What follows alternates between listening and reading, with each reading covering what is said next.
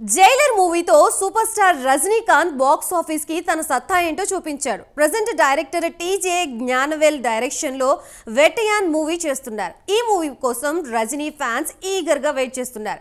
ఇప్పటికే మూవీపై భారీ అంచనాలు ఏర్పడడంతో మేకర్స్ ట్రైలర్ రిలీజ్ చేశారు. ఇంతకీ రిలీజ్ అయిన ట్రైలర్ రెస్పాన్స్ ఏంటి? వెటయాన్ మూవీ రిలీజ్ ఎప్పుడు? Let's watch this story.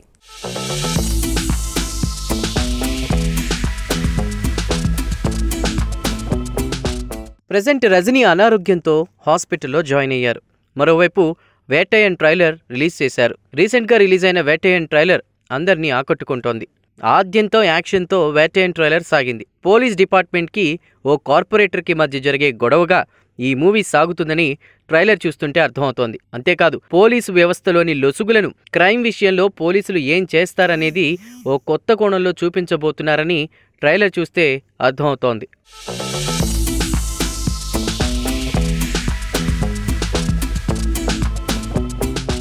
Director TJ Gnanavel జై భీమ్ మూవీ ద్వారా పోలీసులు అమాయకులను ఎలా బలి చేస్తారు, కేసులో ఎలా ఇరికిస్తారనేది తెరపై చూపించారు. వెటయాన్ మూవీలో రజనీకాంత్ క్రిమినల్స్ పై చేసే పోరాటాన్ని చూపించారు. ట్రైలర్లో ఓ పెద్దోడిని ఎదుర్కొనే విధానం, క్రైమ్ విషయంలో ఎలా స్ట్రగుల్ అవుతారు, డిపార్ట్మెంట్లో ప్రెజర్ ఎలా ఉంటుంది, ఎన్కౌంటర్లు ఎలాంటి సిచ్యువేషన్లో చేస్తారు, దీని వెనుక ముందు ఏం జరుగుతుందనేది వెటయాన్ ట్రైలర్ హింట్స్ ఇస్తోంది.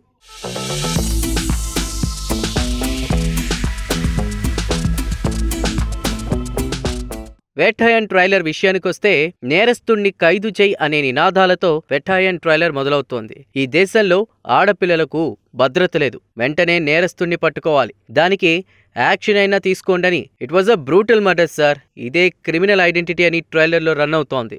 అధికారులు లా అండ్ ఆర్డర్ మెయింటైన్ చేయలేకపోతే అందరూ రిజైన్ చేసి వెళ్ళిపోండయ్యా అనే డైలాగ్స్తో పోలీస్ డిపార్ట్మెంట్లో జరిగే ఘటనలు బేస్ చేసుకుని తీసినట్లుగా కూడా కనిపిస్తోంది.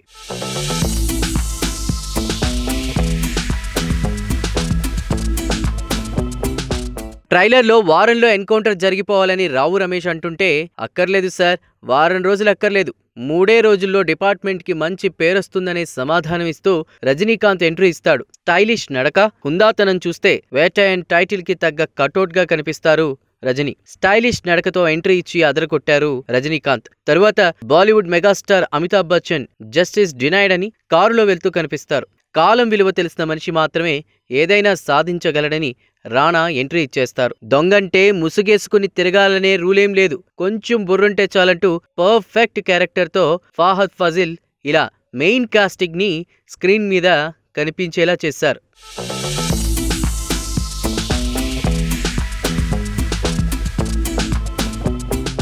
క్రైమ్ క్యాన్సర్ లాంటిది, దానిని పెరగనివ్వకూడదు సార్. తన దగ్గర లాయర్ల సైన్యమే ఉందని, తన నెట్వర్క్లో 2000 మందికి పైగా ఉన్నారు.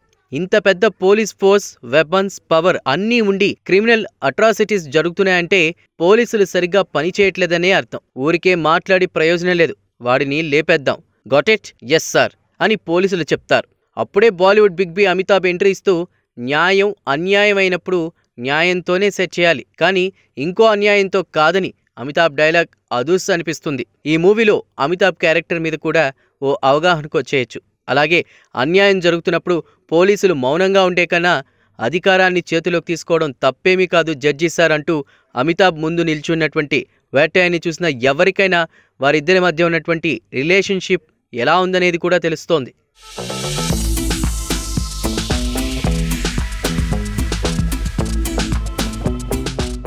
దానికి కౌంటర్గా రజనీకాంత్ రియాక్ట్ అవుతూ, తనను ఏ పోస్ట్లో తిప్పికొట్టినా తాను మాత్రం పోలీస్ వాడినేశారంటూ తన నుంచి ప్రత్యర్థిని కాపాడడం ఎవరి వల్ల కాదని చెప్పడం హైప్ ఇస్తోంది. మొత్తానికి ఈ వేటయాన్ మూవీ మాస్ యాక్షన్ మూవీలా లేదు, కంటెంట్ ఓరియంటెడ్గా ఉన్నట్టు తెలుస్తోంది. బలమైన కంటెంట్ను తెర మీద చర్చించనున్నట్లు తెలుస్తోంది.